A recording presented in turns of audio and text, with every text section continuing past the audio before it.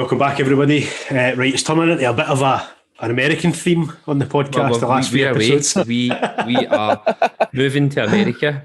We have had enough in Glasgow. It's shite, so we now live in America. This is the news. That's it. We've just taken our wee studios with us as well, hence the backgrounds. This green screen. That's what it is. It's green screen. Anyway, so yeah, another American on the show. We're joined by Nate Adamsky. Nate, welcome to the show, mate. It's a pleasure to have you on. Thanks for taking the time. Thank you so much, Gavin. I'm so happy to be here. This is gonna be so fun. Brilliant. I was just riffing with you guys earlier, and I could tell we're gonna. I'm excited. I'm really excited. Nate, I think it's Sorry, on you go. No, you take. I just thought it was funny how you guys were saying that you guys are in America, and then my background looks more Scottish. That's right. Nate was telling us before we came on that's his family crest from the 1200s. He was actually born near Dumfries. That's the Dumfries crest there for MD, who's really good into. I really shouldn't have started this sentence. Right, anyway. Nate, Dumfries is a tiny place in Scotland, in case you're wondering. Yeah, I didn't know. He knows so much. So you do comedy, you do stand-up, TV, film, and this is your comedy interview, and we've started poorly. Really. Coming in strong. Yeah. I mostly do stand-up. Right, okay. It's like my main gig right now. Well, because of COVID, it hasn't been much of my main gig, but yeah, because we've had obviously Mark in a previous podcast who also lives in LA, and we were talking briefly about how COVID's hit pretty hard in LA, but everything seems to be kind of turning a corner just now for the better. Yeah. Actually, literally yesterday was the first time in LA that I got to go to a restaurant and people were being seated inside, and I was like, nice. Oh my god, it's crazy. It was like weird. It was like surreal. It was like having a fever dream. I can imagine. Never in your lifetime would you think walking into a restaurant and sitting down and having a meal would feel weird, would you? Yeah, I never did. I talk about this a lot too, because I think it's kind of interesting. But like growing up as a kid, and I'm a comic, so I always have weird, profound thoughts. But like growing up as a child, even I like grew up thinking like, okay, I'm gonna probably be part of like a big war. You know what I mean? It was like always like there's gonna be some big war that I'm gonna have to deal with, and like luckily that's not the case. But like I feel like this is that. You know what I mean? Like this is this crazy changing thing that I have to be a part of. Like a major event. Yeah, like a major crazy event. Yeah, exactly. But on the lighter side, though, of that, I think like once this stuff starts dying out, like there'll just be like a resurgence of like a renaissance of art and shit. And hopefully, a double boom. Like it'll be better than it was before, because people can't be asked staying indoors anymore. It's just I enjoy it though, because I've not stayed indoors this much, like ever. But we got announcements today saying that everything's going to start opening up within the next 4 weeks. So, that's good. That's it, though. What that means is that we're back to work, which we have to go back to work, which is not, because we get paid to like a certain amount of our wage. But anyway, so is it LA? Because it says LA and New York on your profile. So are you from LA grown up, or? Yeah, I'm an LA native. Yeah. I grew up like just outside of Los Angeles in a little town called Westlake Village. It's like where rich old white people play golf till they die. That's how I explain it. Sounds good, though. It's good. Yeah, it's like a bunch of like old, like washed out actors live there and shit. It's kind of funny, honestly. It's just like suburbia, like rich suburbia, and like growing up as a kid, I always thought it was funny because I was always just like, "Fuck this place! Like, I want to be in the city. I want to be in LA where it happens, you know." And now I live in Topanga Canyon, which is like it's like where hippies live. It's like the hippie area of LA, pretty much. But I'm like a lot closer to LA, and I'm like, oh man, I sometimes miss suburbia, like the perfect little town. You've seen both sides of the coin. Yeah, exactly. But yeah, that's where I'm from. And then I moved to New York in 2017. I want to say 2016, 2017, and I lived there for like a year, not too long. But that's where I started doing stand up. So when I moved there, I had never done stand up, and I was like, oh, I'm going to try this, and then so. It's funny how, correct me if I'm wrong, but is LA kind of known as the stand-up capital of America? I thought it was New York, to be honest. Right. I would say New York as well, if I'm from the outside looking in, I would guess. Yeah. So when I definitely, when I moved to New York, I got to pursue comedy. And originally I was just going to do UCB, Upright Citizens Brigade, which is like sketch writing classes and like acting, like improv acting. Yeah. And then my friend was like, hey, let's do stand-up. Stand-up is like super popular in New York. He wasn't even my friend at the time. It was like my friend's boyfriend. And then like, he was like, let's go. And then so like he like signed me up, whatever, blah, blah, blah. And then like I ended up doing it, and like I was very lucky. You know, I just started getting gigs after that. I just started doing it and like building it up, and that's where most of the people make it. Honestly, is in New York. But I'm playing at like way bigger clubs in LA. Yeah. So, well, not now, obviously, but that's because of your experience in New York.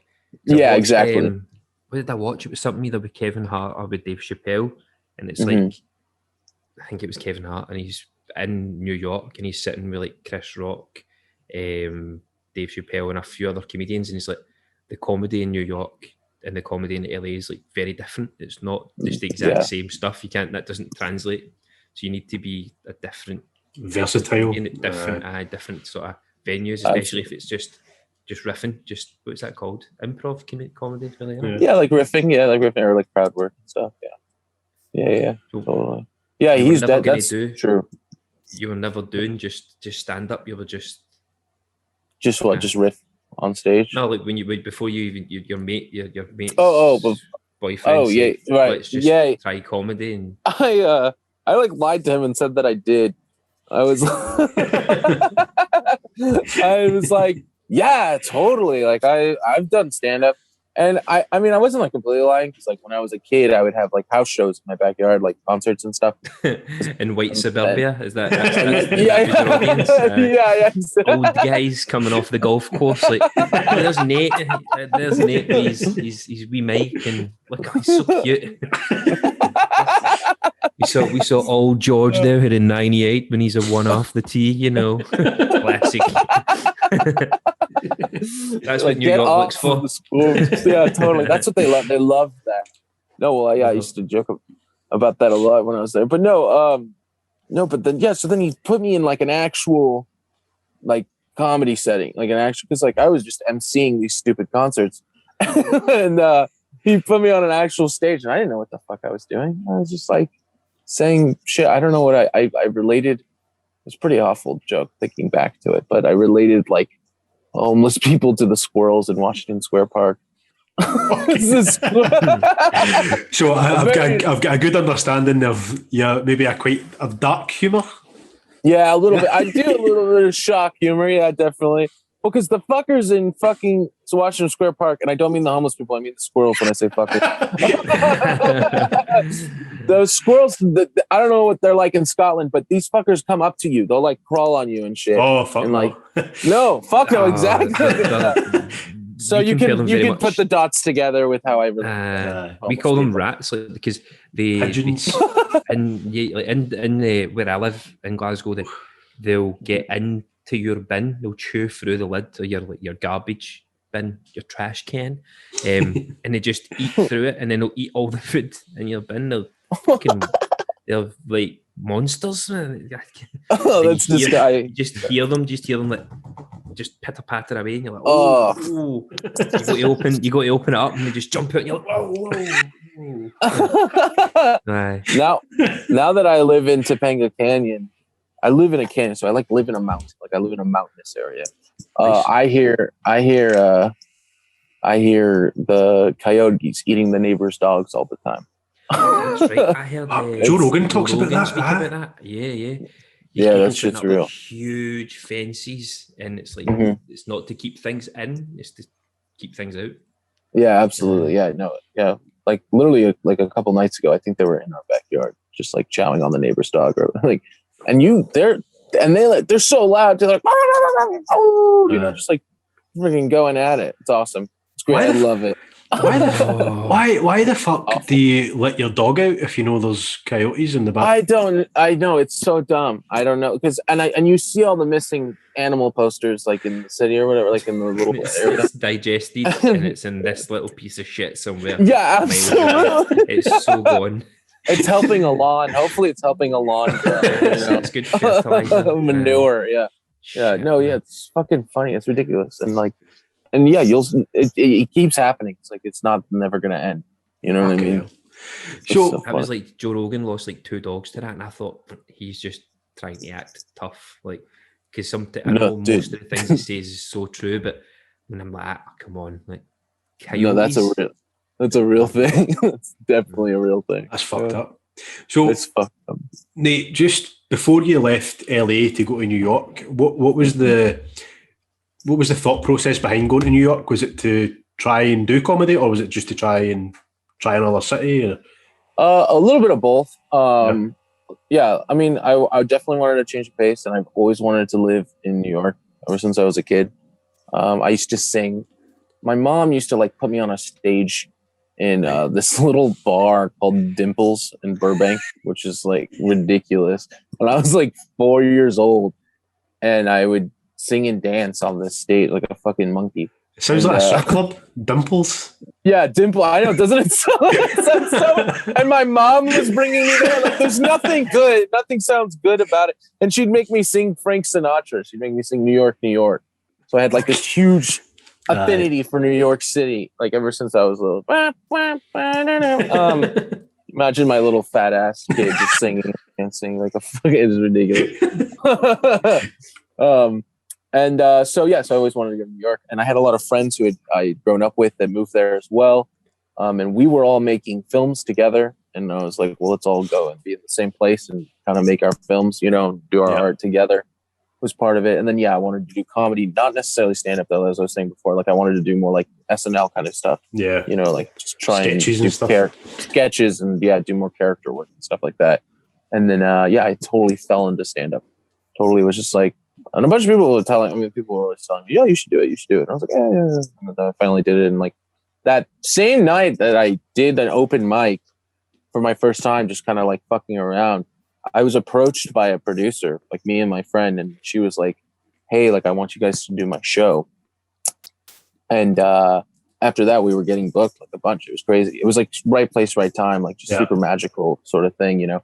And I talk about this on every podcast, but like, I'm just going to say it. I always say it. I'm going to like make a fucking montage of me on every podcast, like saying the same, like, you know, cut between each part. Just so yeah, exactly. You have a script. There's a script right there. It's scripted. This is all scripted. No, it's just I'm a robot and this is programmed. And when I was in New York, I remember I was booked at the Broadway Comedy Club, which is like this huge club, and I was like sitting in the green room and I was looking at all the headshots of like all the fucking greatest comedians that I've ever looked up to, you know. And I was just like, holy shit, like this is the start of something real, you know. I was like, it was like one of those moments where you like realize like, oh, this is something, you know what I mean? Yeah. You ever just like, and it sucks because like you want to live in the moment, but then you're like self-actualizing the moment. Takes away from the moment.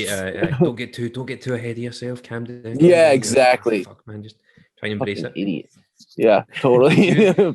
See, when you went to like America, Jesus Christ!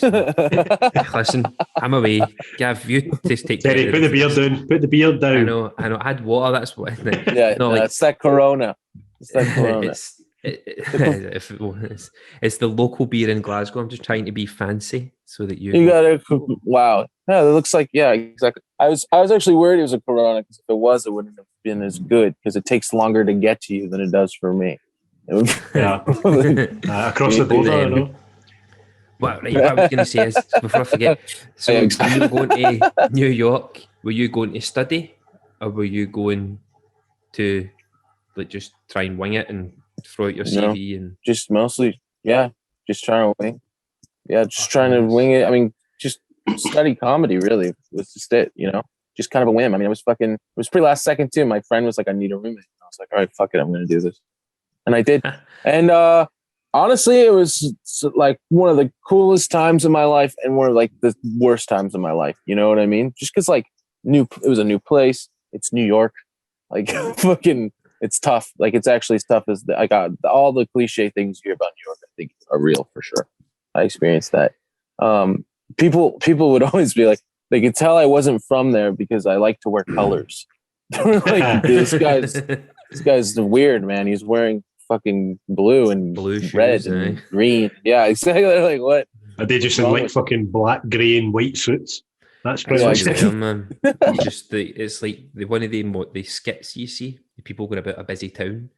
It's just black and white. It's just, I've been to New York. Like I thought it was amazing. Like, oh, it's amazing. No, it's you can still tell like, there's a local. The locals don't give a shit, man. They do not take a moment to enjoy it. They're just boof, just get me from A to B as fast as possible. Absolutely. That I looked my best. I looked my best in New York because I was just literally a starving artist and I had to walk everywhere and walk fast. Now I'm too comfortable, man. Like I gained a lot of weight back. Like, haven't we all? I know. Yeah, quarantine weight. So, yeah, totally. So the good and bad parts of New York, like we hear across the pond, and obviously Kenny's been, but we hear quite a lot of positive and negatives as well. One of the negatives people always kind of mention is like because it's so populated, there's like this weird smell of like sewage. Is that a thing? Oh, the summertime is just horrible. I don't like humid, so it gets humid. It's very damp and moist and humid. And so moist. Everyone's no one likes I don't know why people don't like that word. Can we talk about this for a second? Why are people so against moist? I don't mind that, to be honest. A lot of people, every time I say that word, they're like, "You sick fuck, you horrible man." You're not like, a sick fuck. Jeez. For a 5-letter word. You said moist. I mean, I am a sick fuck, but for many different reasons. Not the word moist. Yeah. Anyway, but no, it stinks up the place, and like there's sewage everywhere. There's fucking trash everywhere. Like they have a great public like transportation system, but their fucking garbage system is just like it's not the best. There's just shit everywhere. There's literally just shit everywhere. Shit in the streets. I mean, I've literally watched a man take a shit in the streets of New York. Like it's literally like I swear to God, dude. I swear to God. Fucking. Do you have a photo? Did you take a picture? No, I took a shit with them. What else? No. Can you imagine? No. The thing I've heard Joe Rogan speak about it quite a lot, that in San Francisco, it's legal to take a shit if you're homeless on the street. I don't know. I don't know like about that. Human shit everywhere. I'll Google it. I'm telling you. You're telling me, but... Well, Joe Rogan told me, so Google him. I mean, he's fucking at it again as well. Nate, so obviously the negative side of things, obviously sewage, smell, stuff like that. So what would you say is the main positive about living in New York? Is it having everything right there or being able to get there quickly? What are you saying, transportation-wise? Sorry. I was slow down. Don't know what the fuck you're saying. So what put the beard down, Gavin? I don't have beard. What was some of the positive sides of living in New York? Was it having everything close to you, able to get to quickly, stuff like that? Yeah, absolutely. Also, just like you're in New York, it's like one of those love-hate things. You know what I mean? Like, especially not being from there. You go into the city and it's like, oh my God, this is beautiful. I'm in fucking New York, and I'm a people watcher person. I love just sitting and just like looking at people and like you notice just like beautiful moments happen and like shit like that, and like it's like I don't know. There's just like such charm to the dump that is New York. It's like the most charming dump. You know what I mean? Was that like watching a homeless man take a shit? Was that? Yeah, it's just so beautiful. There's just something so beautiful about a homeless guy just shitting. It's just literally in the street. Just they call it a jungle David Attenborough will for hours talk about animals taking shit and narrate it like sublimely, and you joined a man, you joined another human. Imagine. Here it is here. It's official. The streets of San Francisco are now a public toilet, as quality of life offences will be ignored. So there you go. I think. Right, wow. I think I know what I'm doing next time I go. I'm quickly trying to get flights to San Francisco. Yeah. So have you pooed outside, Gavin? Have you ever pooed outside? Yeah. When was the last time you pooed outside? Is the right way to ask it. Camping? Quite recently. No, that's when I was younger. No done one recently, but you've not done one as an adult. No. I just did that recently for the first time, actually. Camping or shitting outside? No, shitting outside. Shitting outside. I swear to you, I've never done that until recently. Like literally, like been outside. Should you not have been inside in lockdown? Or? I mean, like I hope the neighbors couldn't see me doing it. I'm just kidding. I'm kind of interested to know the story behind this. No, it's not. I was just in Joshua Tree, and my friend has this crazy. First of all, my friend, he's like, "Hey, I have this friend who lives in like the middle of like nowhere, like this like dirt path. Like it was so scary. We were like driving in the middle of the night, and it's like a dirt road, and we're like following this guy, and he's just a character. This guy Glenn, he's like the weirdest dude." And we get there and like, it's not even his trailer. It's like, oh yeah, this is my friend's trailer. And we're like, okay, like, are we allowed to be there? It was like really scary, but there's like no bathroom. We're in the middle of nowhere. There's no service. I already think I'm going to die. I already have to shit myself out of fear. And I had to take a shit outside for the first time in my whole life. As a grown man taking a shit outside. And I had to shovel it, which was the grossest part to me. I was like, I don't even like checking it when it's in the toilet usually, and I have to fucking shovel it and burn it. Not a pleasant experience. No. Yeah, the whole thing. It's disgusting. But did someone supervise you doing that? Because I would see if no one was watching, I'd have just fucked off. You think you think I was like, let's burn this shit? Hey guys, wouldn't this be fun? Guys. It's gonna be so cool. Like, yeah, everyone's down for some reason. They're like, let's do it. Is it flammable then? Is it really flammable? Or? Yeah, it goes up. It goes up. I mean, it was good for cooking. No, I'm just kidding. I'm just fucking with you. How funny would that have been if you'd told your mates, like, I've got a great idea for how to start a campfire, right? Yeah. Cook our sausages to get rubbing sticks together is a thing of the past, man. Just shit and point a magnifying glass at it and up it goes.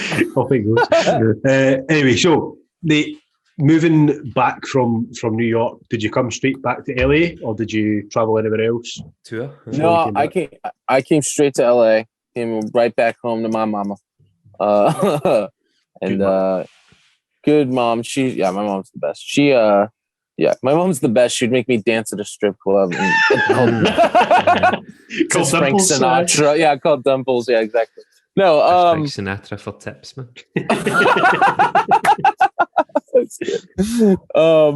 No, but so yeah, and it was funny because my mom told me before I left, she's like, "You better not boomerang back here." There it was, boomerang right back there. Exactly. She predicted. Yeah, she knew.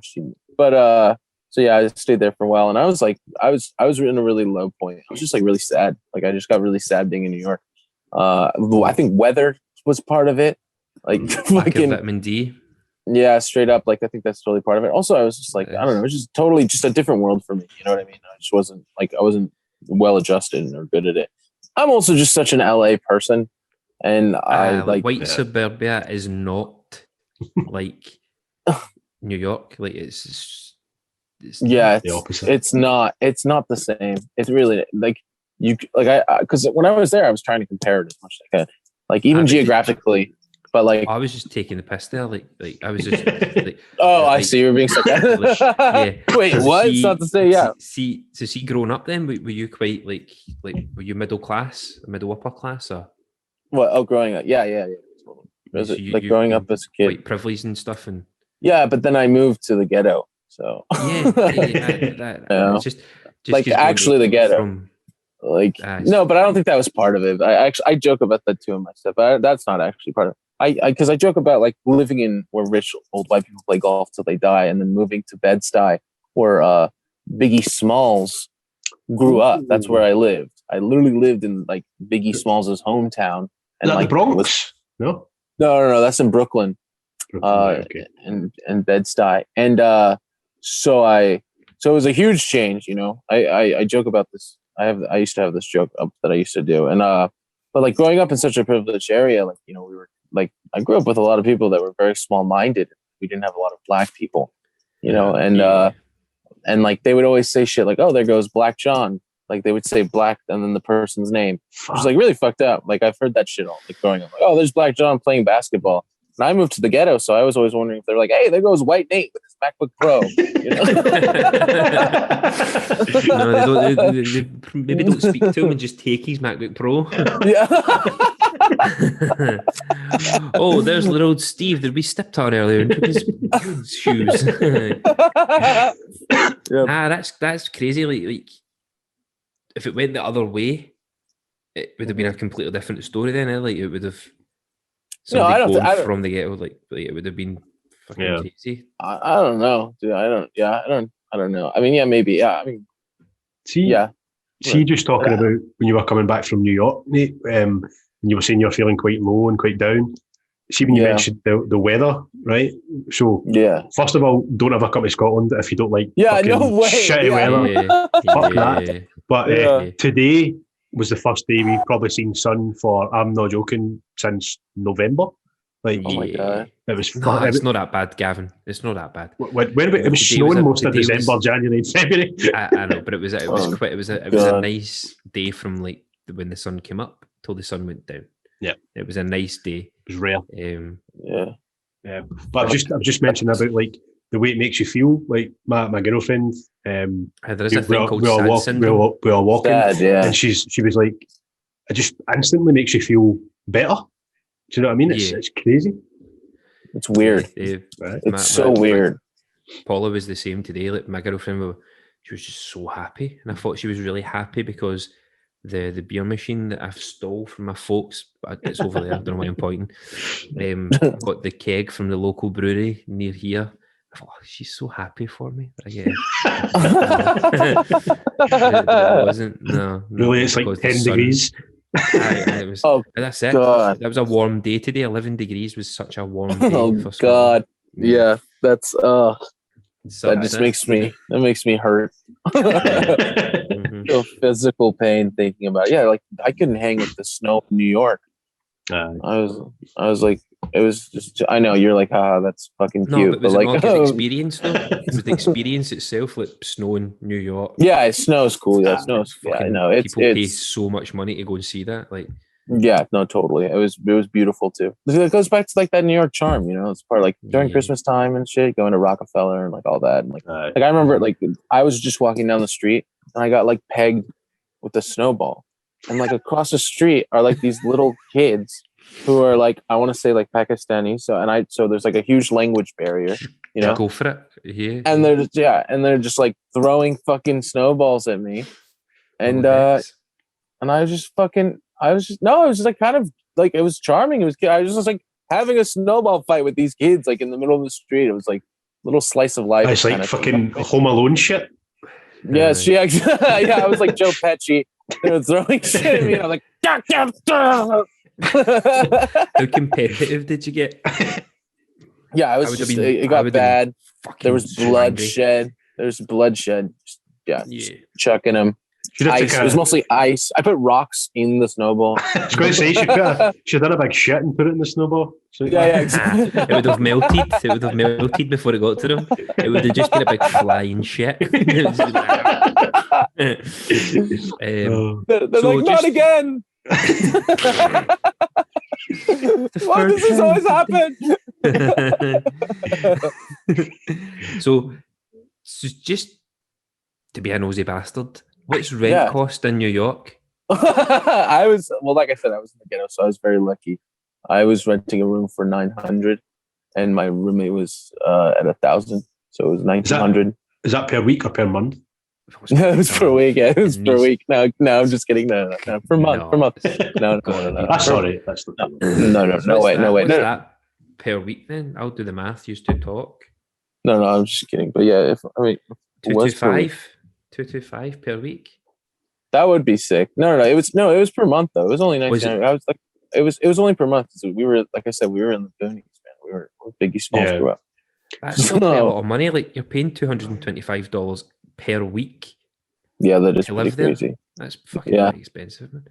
What's rent control like in Scotland? It really it fluctuates depending on the area, as it would in New York. As it would, yeah. But I mean, I think, am I right in saying you need to be a multi-millionaire to live in Manhattan now? I think that's insane. Yeah, people who live in Manhattan. I used to know this guy who was dating this chick. Dad was like an oil tycoon, and they had like a loft in like Greenwich Village, which was like probably like, I mean, I don't know. It was big for New York, but like it's probably like the size of like a 1-story like house, maybe, or I don't even, maybe like half of that. You know what I mean? And it's like probably like a fucking $250,000 to like fucking be there. You know what I mean? It's just like insane. It's just like wild. It's also just like, I don't know, kind of disappointing. Of just like, I don't know. I would never like. If I could, like, I would. Oh no! Wait, where are we saying these internet? I'll pick back up. Even want that? I feel like I would. Nate. Lost me. Nate. You talk about Austria. You lost me? I can hear you. You can hear us? There we go. I think you're back. You lagged loads and loads there. I'm back. Lagged. Oh no. Oh no. Put more money in the Wi-Fi box. Right, what were you saying? Because you're back now. You're good. You're good. I think. Yeah. No, I'm great. I'm great. Yeah, I'm great. Yeah, you sound like my mom. No, I'm totally. What is your full name Nate, or is it like Nathaniel? What is it? It's Nathan. It's in the middle. Nathan. I'm so Nathan in you in a bit. Oh god. You know what's funny? I joke about that because my mom, when she gets mad at me, she'll call me Nathaniel sometimes. Nathaniel, I go, Mom, like you know better than anyone in this world that that's not my name. She's like, I know, but it sounds more dramatic when I'm yelling at you. I bet you that just pisses her off more when you say that back to her. Mm-hmm. Oh yeah. Oh, absolutely. My mom, she used to lecture us. That was like my punishment. I like just opened this up. Like I kind of forgot about this, but like I saw this TikTok challenge and I was like, name a weird punishment your parents did to you. And I was like, oh fuck. My mom would sit us down for hours, like me and my sister, and like literally hours, like I'm not hyperbolizing, like 2-3 hours to talk about like what we did wrong. And I would just have to sit and fucking listen because she's a fucking shrink. So it's like fucking psycho fucking bullshit. And I'm just fucking sitting there, just fucking like, yeah, I know. And I have ADD. So like half the time I'm like fucking zoned out. Just like, she's like, do you know what, are you listening? And I'm like, yeah. What? You know? And she used to say this thing though that used to just like, she would say, I would say something to piss her off, and then she'd be like, "Oh, you must love the sound of my voice," and like, that would piss me off like even more. No, I fucking hate the sound of your voice. Oh well, it's what. It's so not what. It's not. It's not what. Oh, but his mum's the best, he says, so it's what? His mum, he said his mum's the best many times. Who were the famous people? Who were the famous people that lived in your street? Are they old? Let's see, like who was I friends with? Sometimes they weren't even old. Like my friend's mom is the news anchor for ABC7. Right. Like growing up. It's like that's not famous. That's in America. Come on. Fucking what's his name, dude? He was in Bon Jovi, I think. Will Smith lives in my neighborhood, or lived in. I don't live there. Will Smith lives there. Jamie Foxx lives there. No, you're just naming names. Be serious. Like, no, I'm being dead ass. Yeah. I'm being honest. Yeah. Okay. That's far better than my friend's mum was a news anchor. Jesus. Yeah, but I was thinking more like low key, like people that aren't like super, because like we do have those super famous people. But I was trying to think of people that were like kind of famous. I forget this dude's fucking name. In LA where like Drake bought a house. That's literally up the street from where I live, Calabasas. Calabasas. That's what I was trying to think. That's where I live. Literally, like the town, like right next. Well, that's where I grew up. The town right next to it. Now I live closer to Calabasas. Fucking everybody and anybody who is literally famous is beside you, really, in America, really. Yeah, dude. I used to date a girl who lived in Drake's neighborhood, and one year on Halloween, Drake was giving out hoverboards, like those stupid fucking rolly things. And I was like, babe, like we gotta get a hoverboard. I want a hoverboard, you know. And I was like trying. There was just like a line, a bunch of fucking kids. He's not like he's gonna give me, a grown man, a fucking hoverboard. But you know, the if I'm Drake in this, like fully, well, you're not, you know, what age were you then? How old were you? This was like what, 4 years ago, like 22. 22, 23. Comes up to the door, dressed in costume, I assume. Yeah, definitely. I would be like, I respect that. I would respect that and go, right, okay. All right, here's your hoverboard. The thing is, I would hate to be. I'm a big guy. Me on a fucking hoverboard is just comically ridiculous. Yeah, like, send me every video that you get on that, and yeah, that would be just me eating shit is what it would be. You really a big burger just on your hoverboard, like I got it. Boom. Right on the floor. Oh god. So when you came back to LA, what was the kind of comedy scene like then? So did you start? I know you said you started getting booked for bigger and bigger clubs. Yeah. What do you remember your first gig coming back from New York into LA? Yeah. When I came back to LA, I was like, fuck, I don't have any connections here. You know, I was like, there's no way I'm going to be able to, get to the point where I was in New York. Because in New York, I was getting booked at like pretty big clubs. Like I was like on my way up, you know? Yeah. And I told my mom, and she was like, no, don't worry about it. Like you should just look around. I was like, look around. Like, where am I going to look around? She's like, go on Craigslist. I was like, fucking Craigslist. Like, so here I am on Craigslist looking at M for M, right? No, I'm just kidding. looking to get murdered. Yeah. I'm just trying to get more gigs at Dimples. No, but I was looking at like talent gigs or whatever, and like and it was like, do you want to play at the Comedy Store and the Laugh Factory, and the Ice House, and all these places? And I was like, okay, this is bullshit. Like, there's no way this is fucking real. Like, I'm not gonna. But you know what? Fuck it. I'm gonna fucking, phone up. I'm gonna see what the deal is. See what's up. Yeah. So I send an email. I send my reel. I say I've performed X, Y, and Z. Blah blah blah. And they email back. They're like, you're booked. We have a show coming up on this date at the Comedy Store. And you're there. I'm like, I was over there thinking, what was the one that Joe Rogan always talks about? Like, I know they do open mics. I wonder if he was there. And I'm like, what is it, Kenny? I was trying to Google it there, but you're talking. I was like, the comedy club. Comedy store. Sorry. God, come on, dude. No, I'm just kidding. Joe Rogan's there all the time, or was before he moved to Texas. But Joe Rogan is there all the time. And yeah, it was fucking real. I was like actually at the Comedy Store. I was in the belly room, which is like the smaller, intimate room. That's where Chappelle did like his, I think it was like 3 specials ago. He did his special. Yeah.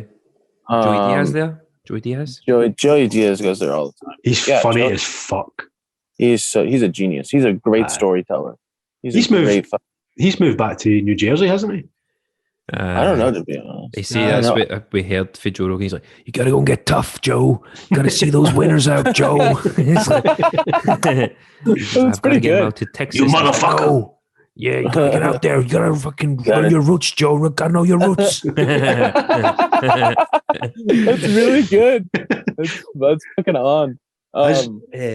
So what was that gig like? I feel as if amazing. That's been just understating it, man. It's like something that people all over the world hear about the Comedy Store all the time. Yeah, and if anybody who wants to go on it can just go on Craigslist. And... I know. Yeah, you just go on Craigslist. No, but No, I guess I was just lucky. I don't know, man. I mean, I have imposter syndrome for it. You know what I mean? Like I find myself playing these like you said, world famous. I mean, you guys are in Scotland. And you're like, oh, the Comedy Store. You know what I mean? Exactly. And I take it for granted. For me, it's like, oh, I grew up driving past that fucking shithole all the time. You know what I mean? That's what you hear. Like, it used to be like pure rundown, raggedy cars, and now it's like supercars pulling up outside to it. And no, it's always been a really cool place. No, it's always been like super cool, but it's not like the nicest place. It's not like a fancy place. It's like it's a comedy club. You know, it's just shitty. There's a bunch of comedians there, and comedians are gross and fucking shitty. So did you ever meet? Was it Mitzi Shore? Was that the woman who? Mitzi. It's Pauly Shore's mom who owned it. You know who Pauly Shore is? No, he's like an old. He was like really famous in the 80s. He was in that movie Encino Man with Brendan Fraser, where Brendan Fraser's like a caveman. And he's like his friend. He's like, "Cheers, bro. Who is up?" Like how he talks. Gravy, baby. So that's so his mom owned that place, and I never got to meet her, but she was apparently a cold-hearted bitch, but like in a good way. You know what I mean? She was a tough lady. I used to have friends who I would perform with who like were taking care of her. And her like when she was dying, and they were telling me about that, so that was pretty cool. But yeah, I never got to because I only started 3 years ago. I've only just started. I'm on my like 4th year now, I think, of doing comedy. Actually, to do a gig at the Comedy Store that early, it must have been quite a learning curve for you, though, because I've only heard of the Comedy Store through Joe Rogan podcast, right? So. When Joe Rogan talks about it, he says like if you bomb, if you fail, you know about it like instantly. It's no holds barred. The pressure that you must have had to get into that gig must have been pretty intense. It's weird. I get like really excited. Oh, I thought you were going to say really high. I get high. I get fucking high as shit. No, I get like super excited, and like I don't think about being nervous because I'm just like, oh fuck yeah, I'm going to perform. And then as I'm walking to the mic, that split like 15 seconds as I'm walking up to it, I'm like, oh fuck, dude. I'm looking at the crowd. I'm like, oh shit. And then I'm like, I grab the mic, and then I like. Boom! I'm like I set into character almost. You know what I mean? Yeah. I'm like, hey, it's like magic. It's like this weird thing. So I don't really get nervous before, which is weird. Like I don't normally get that nervous. I just say like I just told myself like it's gonna be the show that it's gonna be. I'm gonna have 1 million shows before I die.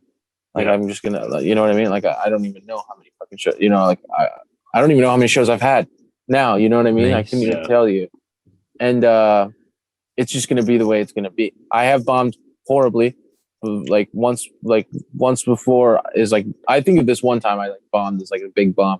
Oh, and like when I started out, I was so arrogant because I hadn't bombed for the longest time. I was like, wow, I'm fucking good. I'm so good at this. Like I've never bombed. Like I'm fucking great.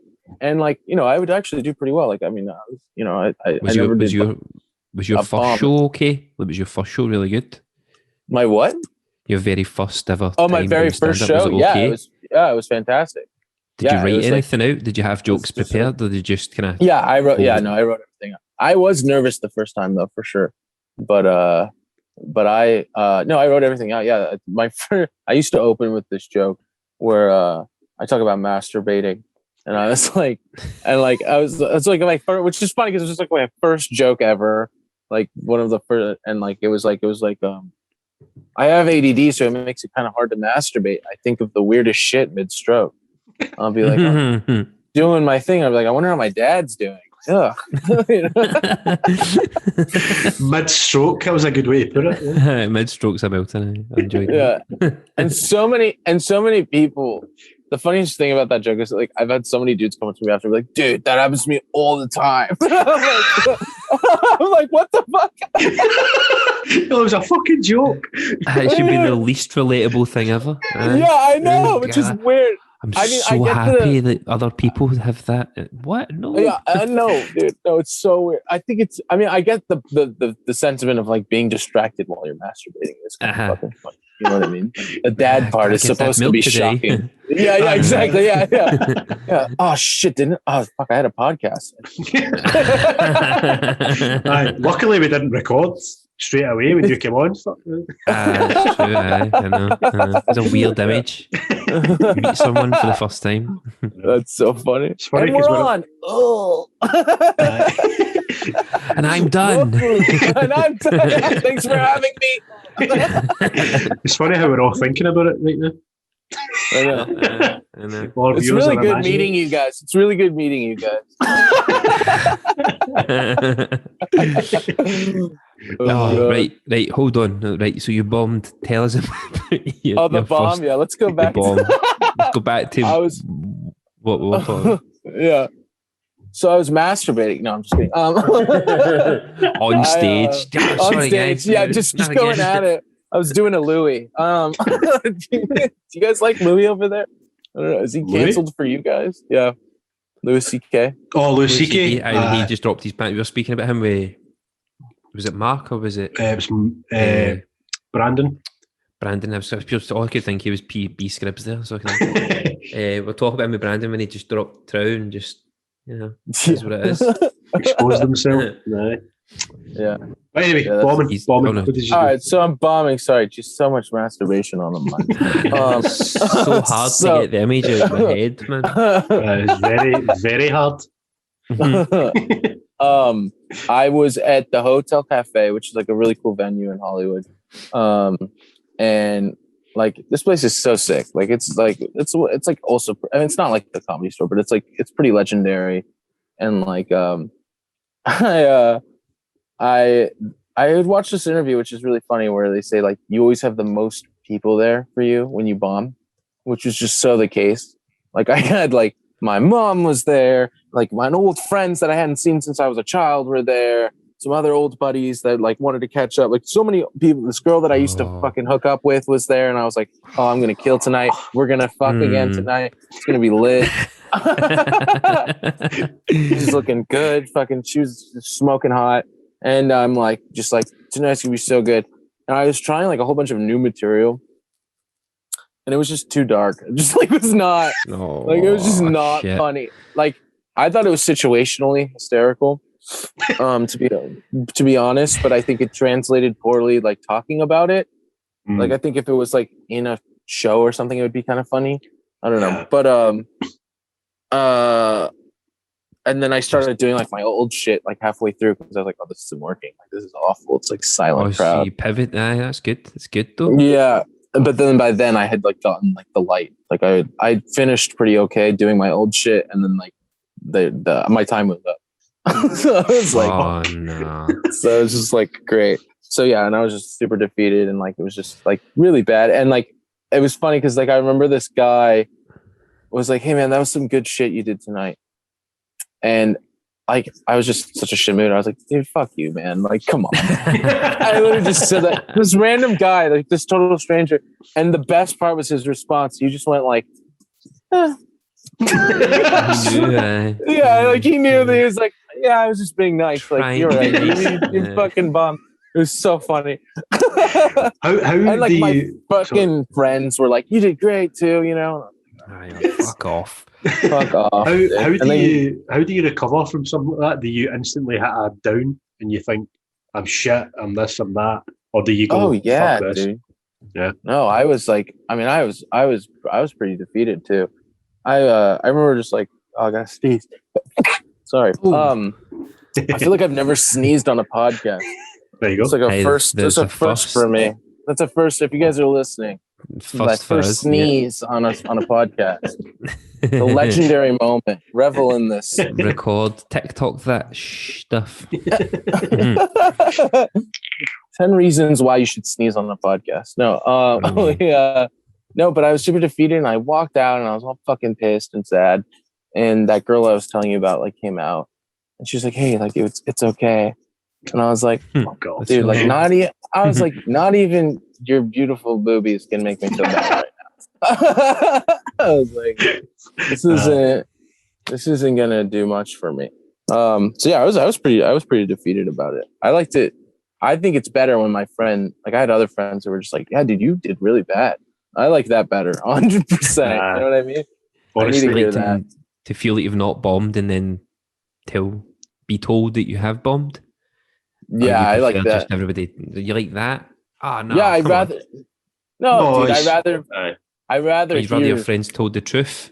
Yeah, I'd rather tell me the truth. You did good, and you're like, nah, it was shit. Like this was not my good stuff. Right? Okay. It makes me angry. Yeah, if I fucking know I did bad in my heart, and I'm not being judged, and I'm not being very like temperamentally like, oh, I'm bad. Like, you know what I mean? Like, if I really know I did bad, then my friends are like, no, dude, that was great. Don't bullshit. Don't fucking bullshit me, dude. Like, it's fine. Like I said before too. Like, I'm gonna have a million shows. Some of them aren't gonna be great. You know, it's just part of the gig. So yeah, but they say you have to bomb a million times until you make it. You know, but I've bombed a handful of times. So I mean, it's part of it. It's just part of it. You know. Of course it is. Is the first bomb the worst? Or yeah, dude. Oh my god, that was my first bomb, my biggest bomb, and yeah, and I mean, apparently I wasn't even the worst that night. I felt like I was, but I guess this guy like went out. I didn't watch this because I was just so like pissed at myself. But like this guy went on after me, and he was like really scary. Like apparently he was like, I'm not even a comic. He's like, my shrink just she just thinks I should try new things. Like it was like really scary apparently. And he was like, and then he said something like, "Don't worry, I'm not gonna shoot the place up or anything." And then like half the audience like left. They were like, "Oh, this is scary." God, man, isn't that insane? The best thing ever for you to happen. No. Yeah. It's the scariest thing ever. That's so fucking funny. I bombed that night, but you know, it wasn't that bad. It's fine. There was a shooting 12 afterward. died very quickly after I should have never remember. Oh god, they'll look back to my set for good feeling. So to feel better. So the memorial. The prep going into your next gig then, so you've bombed and you're feeling quite down. How do you prep for your next one? Do you think I'm never going to let that happen again? Obviously, it's going to at some point. Or yeah, I say, okay, fuck those jokes. Those jokes were all just it wasn't funny. It just wasn't funny. You know, move on, make new jokes, and you know, see what works. I don't do open mics ever, which is also bad. I don't test my jokes. I get booked and then I test them on my show. I say, all right, fuck it. We'll see what happens. Which is, yeah, it's arguably like not the best idea, but I don't know why I do that. I don't like the open mic scene. I think that's mostly why. Yeah. Open mic sucks, man. Dude, fucking no comic wants to hear another comic. And when you go to an open mic, everyone's there to just talk and tell their fucking shit. You know what I mean? No one in the room. And sometimes they do like these raffle open mics where you like buy a raffle ticket and then if they pull your name, you go up. So everyone's there. It's a huge audience. And then they don't pull half of the room's name, and then they go and leave and go to like another place. And you're trying to test your jokes and you're trying to tell jokes to people who don't want to hear your jokes. You know what I mean? That makes sense. So I thought like an open mic was like, say me and Gavin were going like, Gav, what do you want to do tonight? We'll go to, there's a comedy club in Glasgow called The Stand, and you can. There's a Stand in New York. So you can pay £5, and me and Gav will go up. We'll sit down. We expect a night of comedy, and it's essentially an open mic, so like maybe 10 comedians will come out, they'll do 5 minutes each. Yeah. And so like the audience know that they're getting untried and tested jokes, but you're there for just, you know, a wee night out. It's cheap. That's what I thought an open mic was. That's cool. I like that because you have an audience. You know what I mean? You have people that aren't there to perform. Usually that's not the case, I feel like, a lot of the time. Sometimes it is. Model, man. You should do that. You should. Yeah, I know, right? Definitely. I'm trying to do should write shows. That down. I'm trying to do a house show. I think that's like my move right now. It's like a lot of the places that we're opening up now, but like I think just like I have a backyard. Just do fucking. Have you seen? Do you see Kevin Hart's one? Have you got a house like Kevin Hart's? Yeah, his fucking. I wish my fucking house was like Kevin Hart's shit. Fucking crazy, man. Are you kidding me, dude? That fucking he's just a theater in his fucking house. Aye. Have you seen it, Gav? No, no, I've not seen it. No. Mate, I kid you not. It's like 3 giant dining rooms put together. Is Kevin Hart's like, I don't know, what is it, like a lounge room? I don't know. But this is a new room. It's like a lounge room. Yeah, that's a good way to put it. Huge, man. You should. So he built it for that purpose? Nah, he just has it. It's just in his house. Okay. That's his actual home. His actual home. He done like a lockdown thing, and everybody's got masks on, and he just does stand up. He's like, so my kids are just sleeping in the bedroom up there, and you're like, fuck you, Kevin Hart. I know. Right, okay. He's the highest grossing comedian ever. He surpassed Seinfeld. Yeah, he's also got the highest attendance ever. Oh, really? The American football stadium he sold out, didn't he? Yeah. Yeah, that's crazy. That's crazy. I didn't even know that. That's sick. I'm pretty sure he's got the record for most simultaneous comedy gigs. He's done like 200 odd shows in 1 year, like 220 shows or something like that. Either a world tour. Do you know, see, for a man with like a person, he's definitely got small man syndrome. Yeah, definitely. He's made that work for him so well, man. I mean, that's part of it. That's part of it. You got to just make fun of yourself and be fucking 100%. Just 100%. Willing to just throw yourself under the bus. Who was some of your, if you weren't really maybe aspiring to be a comedian, who was some of your sort of comedic idols? Who did you look up to when you were starting the whole comedy career? It's funny. I didn't really watch a lot of comedy growing up. There are some great people that I love though. Like Chappelle is like a fucking god, obviously. You know. I grew up watching that. I grew up watching Norm Macdonald a lot. Right. He's so good. It's funny. I really like kind of like anti-comedy, like weirder stuff. Right. I don't execute it though. I do more of the shock kind of stuff. You know. I wish I did more of like the funny like character stuff. Like Andy Kaufman is like just so amazing to me. Like you just watch any of his old stuff and like. Is Andy Kaufman? Is that the one who Jim Carrey played in a film? Yeah. And the documentary is really good too. They made a documentary about Jim Carrey like going full method and like becoming Andy Kaufman. Yeah, that was really fucked up. Yeah, it was fucked up. Yeah, 100%. He started to believe he was their children's father. Yeah, he like talked to the children as their dad, as Andy, for like a therapeutic thing where he was like kind of just like everything's okay sort of thing. You know what I mean? Yeah. Which is just so fucking weird. It's fucked up. It is fucked up. I mean, cool that he, did this fucking thing, Definitely. But did you ever watch any Jim Carrey's stuff? Oh yeah. As far as comedy actors, like Sandler, I love Sandler. I love Jim Carrey. I love Jim Carrey. I love Robin Williams. It's like a huge, huge inspiration for me because I also want to, because I do acting as well and I do writing and stuff like that. And as an actor, I like diversity. I would love to, be in all the fun comedy movies and then boom, do good Will Hunting. You know what I mean? Yeah. And just like move a crowd with like an emotional performance. I think that's powerful and just like something that I like really, really, really want to achieve. I also like slow pace, like indie movie vibes too. Like that's the kind of shit that I like to do too. Yeah. You know what I mean? Slice of life stuff. Like, I don't know. That's what I looked up there. So you've been a producer as well. Yes. Yeah. So what is like delayed comedy, Fallen Edge, Odd Love? Like what are they? Okay, so yeah. Oh wow, yeah. Wow, you guys do your fucking research. I'm always a very easy Google, man. It's just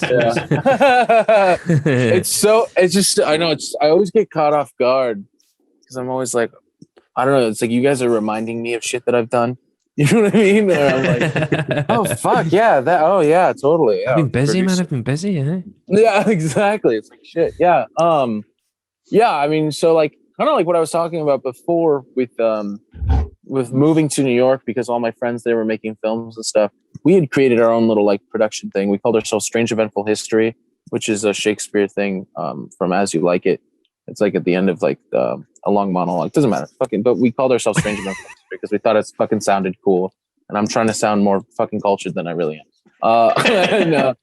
And we were making some like weird, like kind of art housey kind of shit, like just like weird, just like really weird kind of content. Really cool shit though that I'm still proud of to this day. And that was shit that we were making when we were pretty young, and getting into. So doing that, I learned how to do a bunch of shit on a set. I'm also like the people guy. I'm the type of guy who knows everybody kind of guy. I'm the guy who's like, oh, you need this, I'm going to call my guy. That kind of guy. So that's like what I do when I'm producing stuff. A lot of pre-production. It's like, oh, you need this location. Let me go talk to this person. Stuff like that. I was always really good at that. I'm like very personable.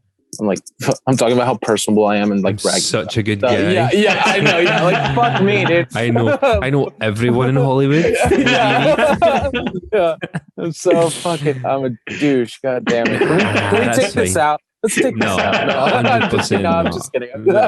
Definitely. This is the promo now. Everyone to see. Yeah. Nate, he knows everyone in Hollywood. He got a hoverboard from Drake. Oh shit! But fucking goddamn.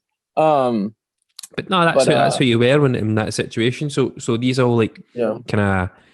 So they're just different projects. Like all the things you're talking about were like separate projects that I've just kind of worked on. Talk to us about Are they all indie movies? Are they all indie? Are they? So Delayed Comedy was an online live comedy show that I ran. Fallen Edge was my friend. Oh, Fallen Edge is kind of funny. My friend, this kid that was like the really quiet kid that like no one talked to in high school, Josiah. This like little Asian kid that like he was just like so quiet, and I was like one of the few people that like talked to him. And like, I think so, like, because of that, he like reached out to me and he was like, hey, like, I'm making movies now. Like, I know that you're doing this. Sweet. I would love to have you on. And like, I'm actually in it. Like, he had me acting in it, which is kind of funny. I like get my ass kicked.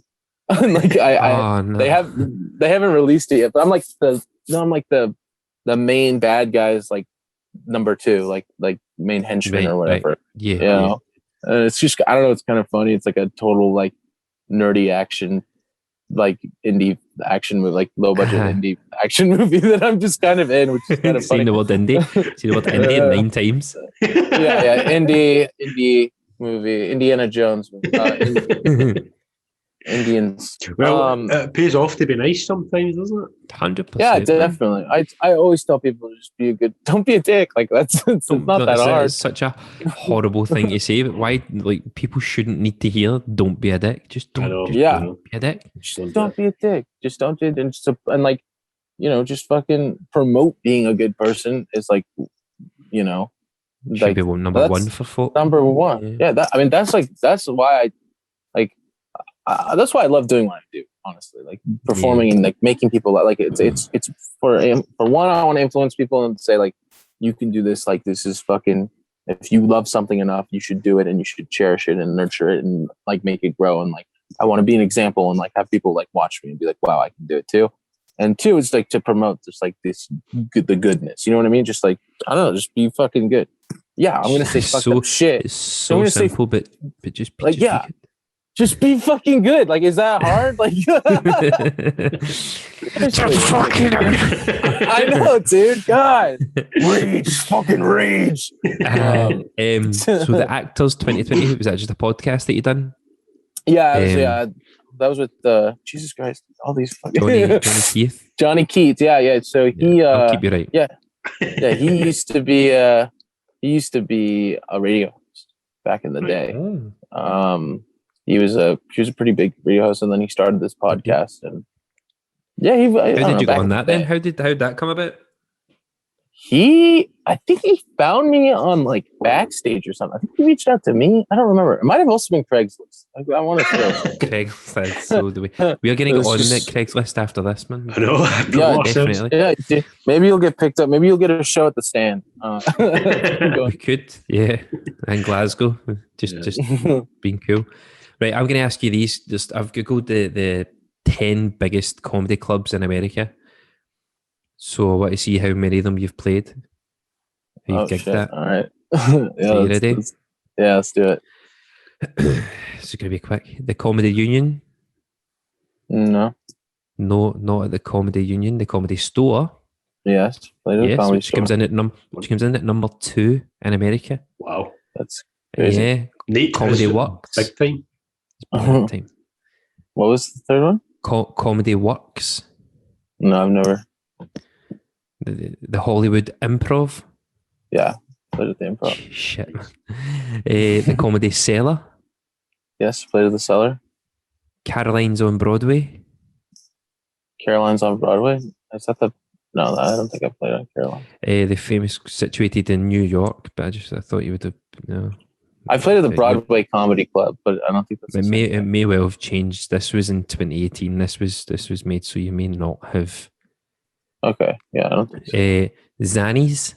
That's in Chicago. Have you been to Chicago? No, I had a layover in Chicago. So I should maybe read these and say. So this is in Georgia. This one, the Punchline. So you've probably not been there. No, not there. This is in Indianapolis. So we're at the end of this is the 10th. So you played at the top 3.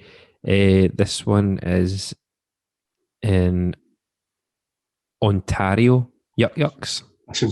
That's Canada, mate. Oh, I've heard of that. It says US. It says US. I'm just. Hey, don't shoot the messenger. I'm like, here's Do you want TripAdvisors? Jesus Christ. That's cool. So that's class that you've played at the top. You've played 2 of 3. You played 3 of the top 10, and they were all in the top 5. So that's pretty good.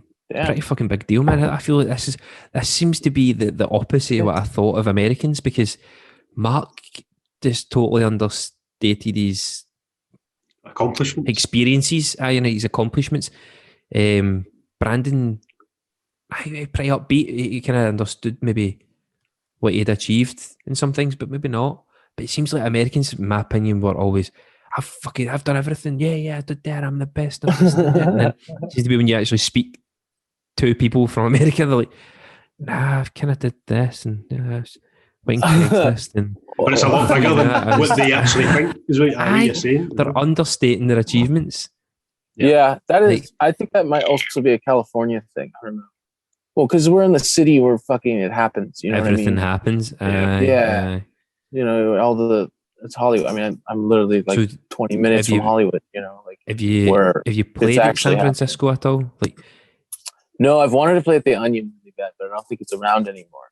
Which is like a really cool venue in San Francisco. You just fell into doing comedy work, man, and before you know it, like I just googled like most popular comedy venues in America, and when it goes from 10 to 1, the second most popular one's the one that you've played already, and you didn't fuck it up, so.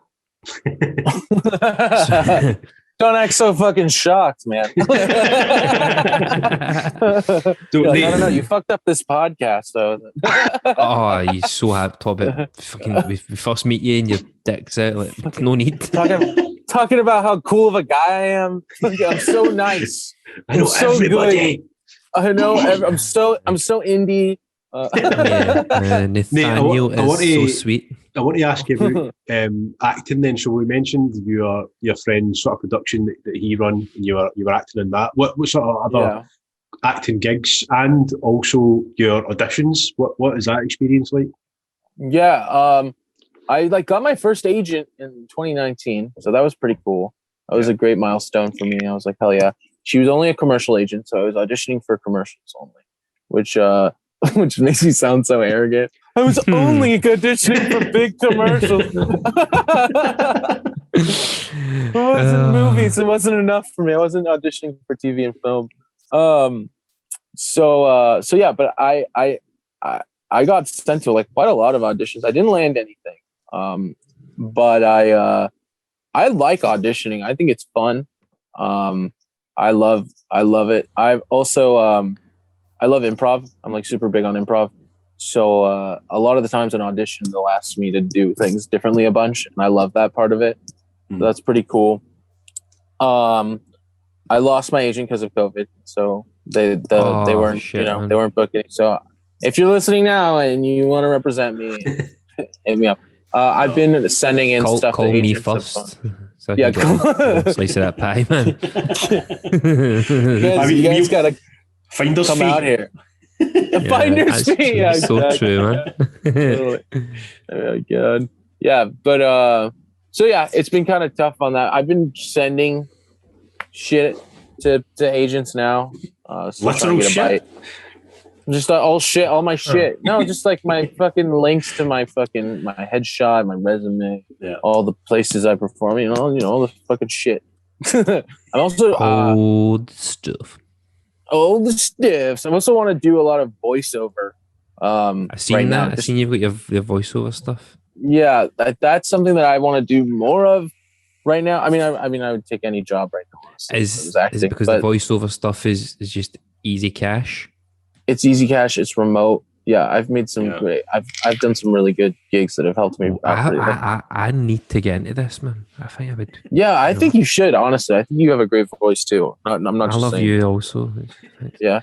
Have you ever watched the movie Entourage or the TV show Entourage? Yeah. I don't want to be that guy. Drop my friend. You should be Vince. We partied with that guy. Be Vince. you should be Vince. What's the movie he does when they go to like the indie place? Like and they do the movie and shit like that? Could so be you sometime when this movie comes out.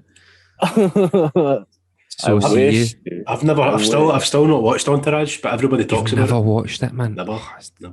It's Nathaniel's life. That's dude. We wanted, to me and my friends were chasing that. Yeah, we hung out with Adrian Grenier once. Hung out with who? Adrian Grenier. He's no way.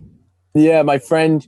So my friend used to throw red carpet events, so I would get to go to them, which was like the sickest shit ever. Because like I was not supposed to fucking be there. I'm not that cool. Like I was just sneaking in because my friend was helping like run them, and we partied with him.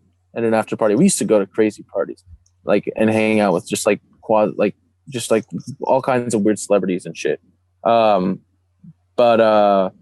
dude, I miss that. I miss those days. But I feel like I'm old now. You know what I mean? Like I don't fucking no. Like I'm not. You're literally in the. No, I know, but like, no. I don't actually think I'm old, but I'm just like I don't party the way I used to, man. I used to go in like pretty hard at these things. I would go to red carpet parties and fucking Hollywood parties and like the Hills, and there'd be fucking all the cocaine ever. And like I'm not allowed to talk about this. Not talking about what you want, mate. Do what you want, and definitely. I want to know what was Adrian like. Was he really cool? Oh, he's fucking cool, dude. He was really down to earth, super nice, super like rowdy with us. Because me and my friends, when we go out, we're always like, loving it, and like just loving it. Yeah, really cool guy, really sweet. That's like Gav. That's the main character in Entourage. Like he's Vinny Chase. Okay. Like he gets picked up for like this billboard ad, and becomes like Hollywood's biggest star. He's the coolest guy ever. Him and Tuttle are my two faves, man. Yeah, Tuttle. I like Tuttle. It was amazing. Like, he's just Tuttle's a fat cool, guy, and fucking ends up like you should need to watch his show. Oh, I'm so happy that he was really cool, man. One thing that Nate, everybody always talks about as well is like, I'm not sure obviously how massive an Adrian fan you were, but people always say don't meet your idols because if they're dicks. Yeah, my friend was more of an idol of him than I was, but he loved him. They got along well because my friend is more Adrian than I, like his character than I am. Like my friend, like he likes Wolf of Wall Street. Like he wants to be like Leo in that movie. You know what I mean? Like he's that kind of guy. Leo, in Wolf of Wall Street, like just like a fucking, that's just the type of guy he was. Yeah, just a cokehead. Yeah. So who else have you met that's like super famous? This is the part of the podcast. I'm a little bit drunk. I want to know who you've met. I want to know what's been happening at these parties. Just let's see. Fucking. This is like a kind of a weird one, but I hung out with this kid who was like closer to my age. He was like Sammy Davis. He wasn't really that famous, but I don't know why this came to my head. But he was Sammy Davis Jr.'s like grandkid or something like that. Right. And which is like, who was, I think he was like on Nickelodeon or some shit. That was kind of, I don't know why that was the first thing I thought of. I hung out with way more famous people. Tracy Davis? I don't fucking know, dude. I've tried to quickly Google him, man. I've tried to be the good guy, save your face. I also don't know why that was the first thing I thought of. That's the shittiest one. Nathan, we have went from the lead of Entourage to some fucking random man. Like, so you went to one good party. You don't just tell us. No. You're right. Party. I'm trying to think. We've put him on the spot here. That's why. That's the whole point of this. This is what we're meant to do. I mean, that's like one of the parties where I've like,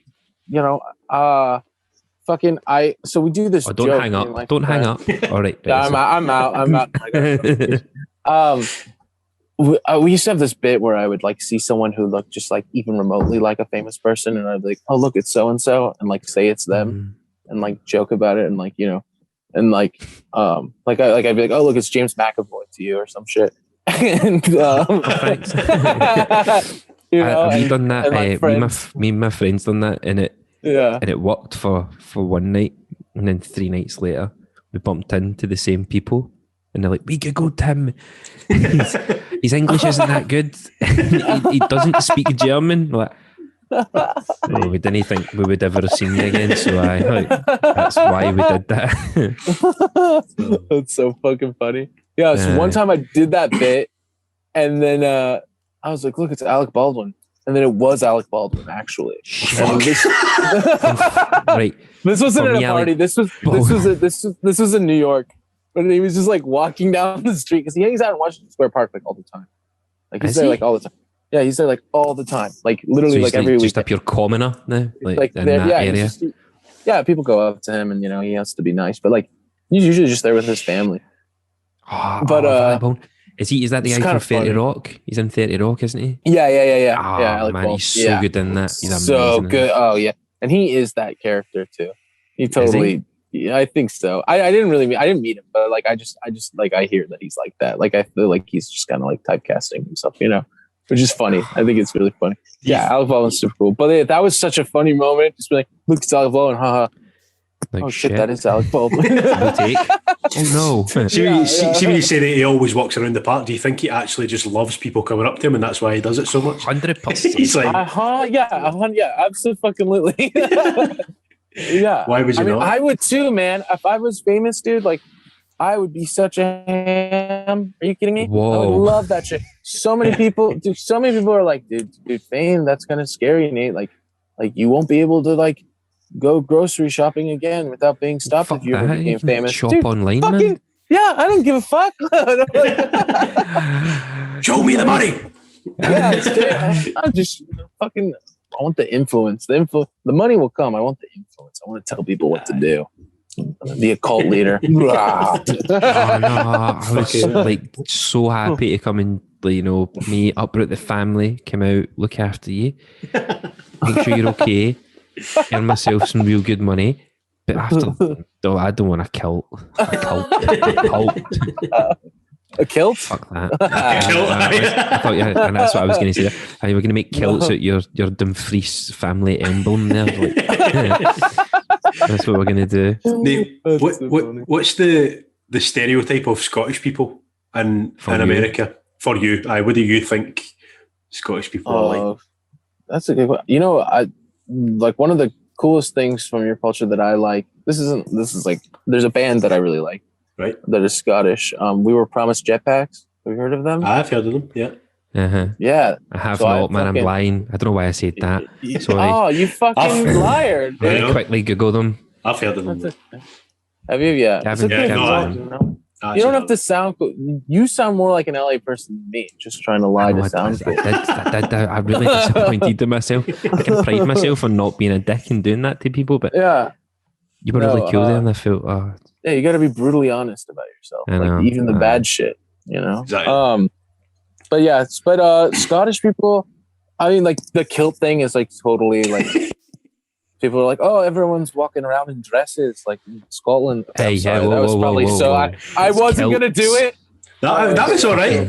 That was all right. It was good. That was all right. It was all right. You said we walk about in dresses. We walk about in dresses. Kilts, all right. It was skirts. We also don't walk around in kilts. Yeah, I know. I don't. Shrek is like a big thing.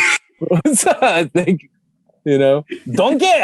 That was good. That was very good. Donkey.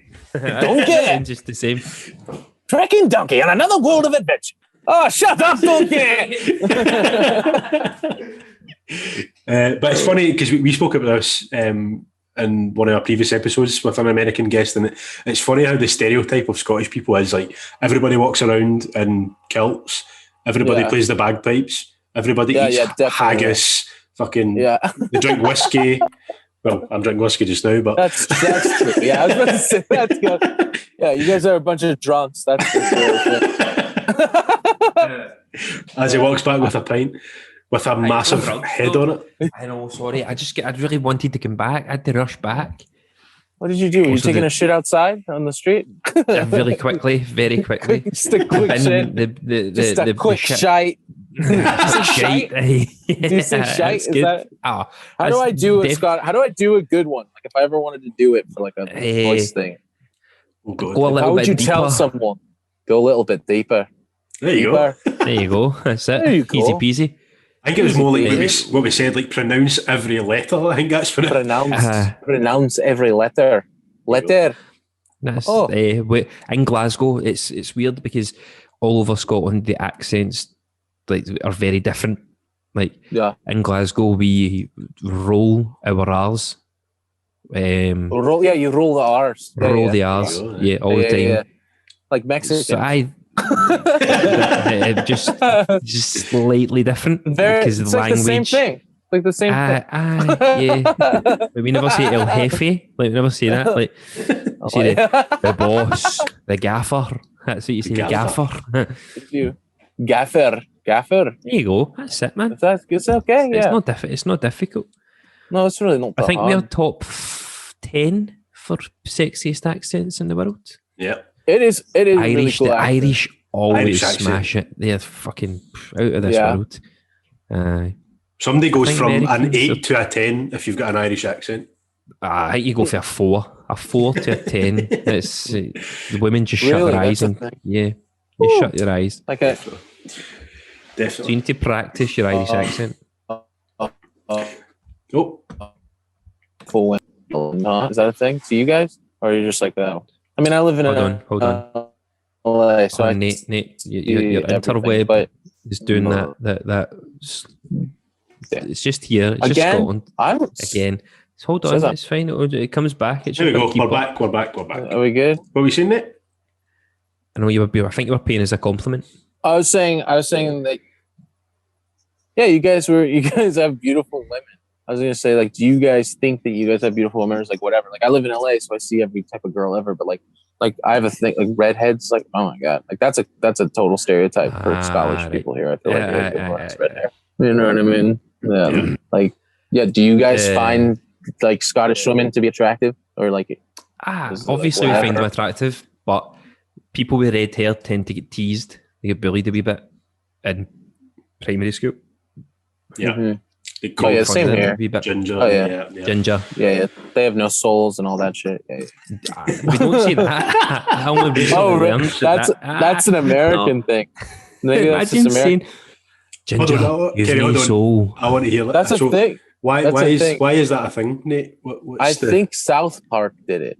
To be honest with you, right, okay. I think it was a South Park thing, and like when I was in middle school, that episode came out, which was like the worst time to be in middle school and be a redhead, and that come out. So and we have Kick a Ginger Day. There's like a whole, but it's like there's a lot of ginger hate.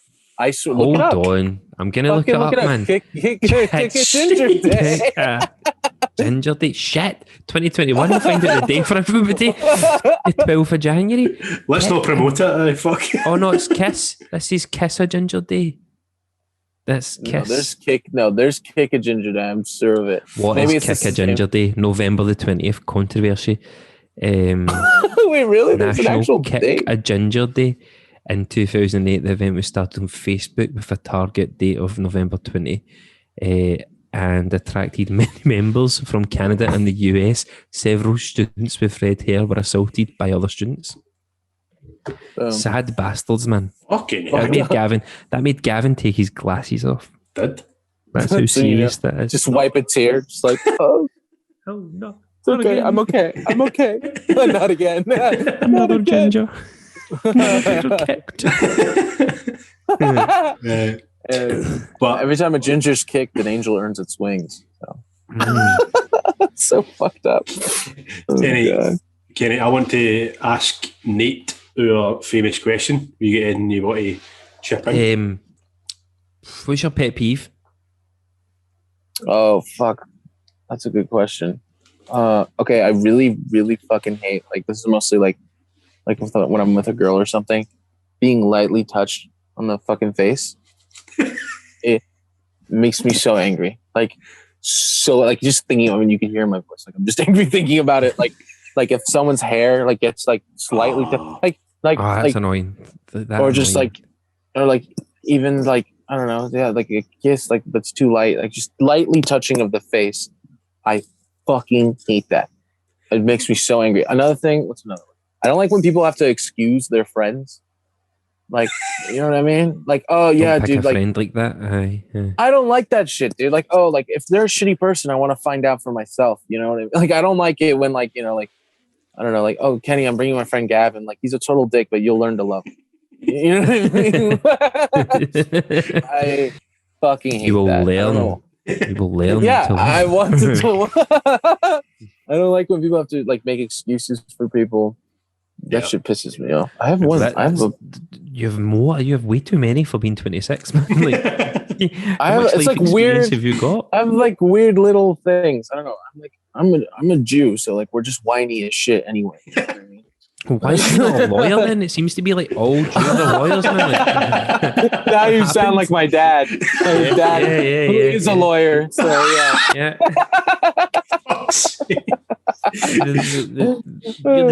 How many of your brothers and sisters?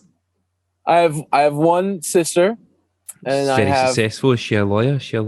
She's younger, so not yet, but she's a shrink, or she just graduated. So you're the disappointment in the family then. I am. Exactly. No, totally. Me and my friends used to joke about it. You really need to make it, man. Or you're fucked. Yeah, I know. I'm fucked. Yeah, we used to always joke like I'm Brooklyn and she's Manhattan. You know what I mean? So Manhattan. Yeah, like, and then I have a half sister who's like 20 years younger than me, who's like this little really Korean young baby.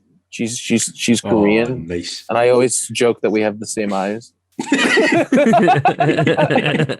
She's adorable. Her name's Laura. She's this cute little kid. She's like fucking we're like 20 years apart. She's like 6 now. Shit. Her birthday's like in a couple of weeks. And but I always joke. It's crazy, dude. It's so weird. But I think it's so funny when it's just me and my dad with her, and we're like hanging out like somewhere.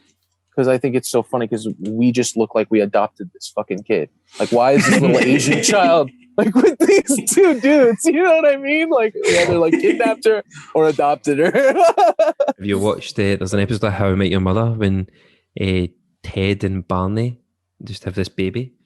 Like, we should so adopt a baby. This is so you and your dad. they go out bars and restaurants kidding on that the two have adopted a baby to pull checks. Is that what you and your dad do? You and your dad? Wingman each other? God. Legends. Oh, God. Right, Nate, I've got a serious question for you that we ask. Serious. We ask all our guests who come on the show.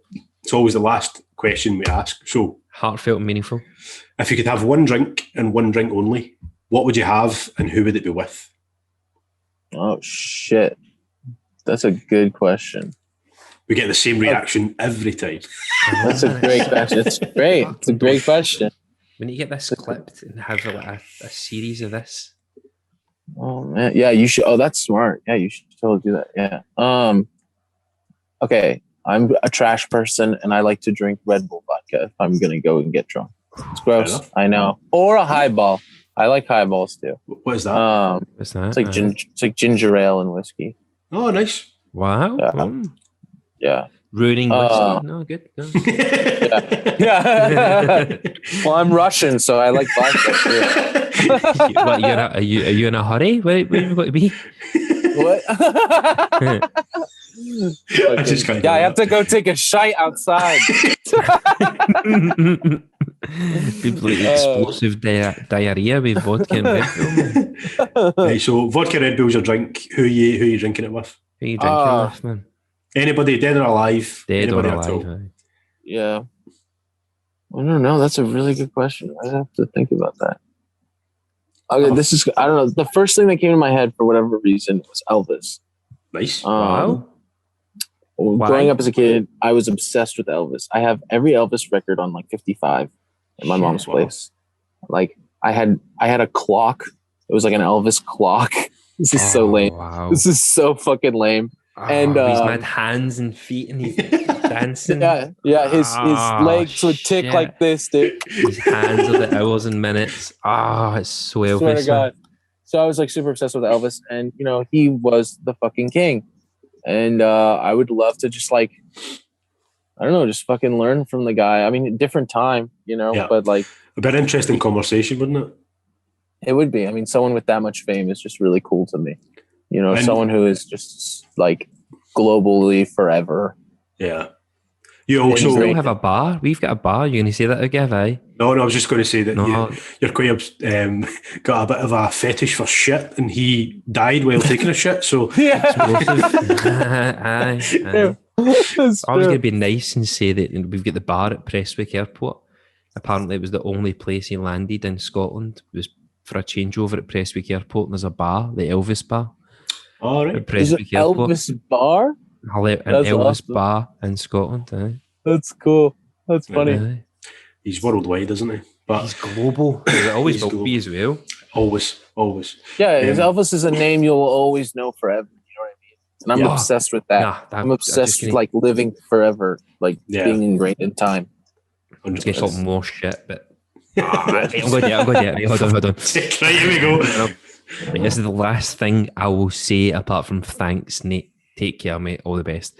So the Elvis name, Brewdog, which is a Scottish beer, have got a beer called Elvis Juice, and the Elvis estate from Elvis Presley came and sued Brewdog for using the name Elvis. Oh, really? Right. So they won, but then the Elvis Presley estate won, and then what the guys from Brewdog done was change their names legally to Elvis with their own surname. And then they did their counter sue, so they sued back. Yeah. And then they won, and that's they had to pay. They settled, and the Elvis estate got like 100 odd grand.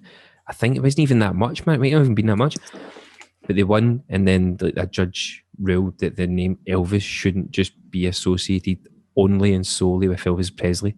And that's why they can still brew their beer Elvis juice. That's crazy. I'm actually really glad you said that, Kenny. That's really Did you not? Right, good. I'm glad. I felt like I was doing a fucking boring route for 90% of the people on the planet.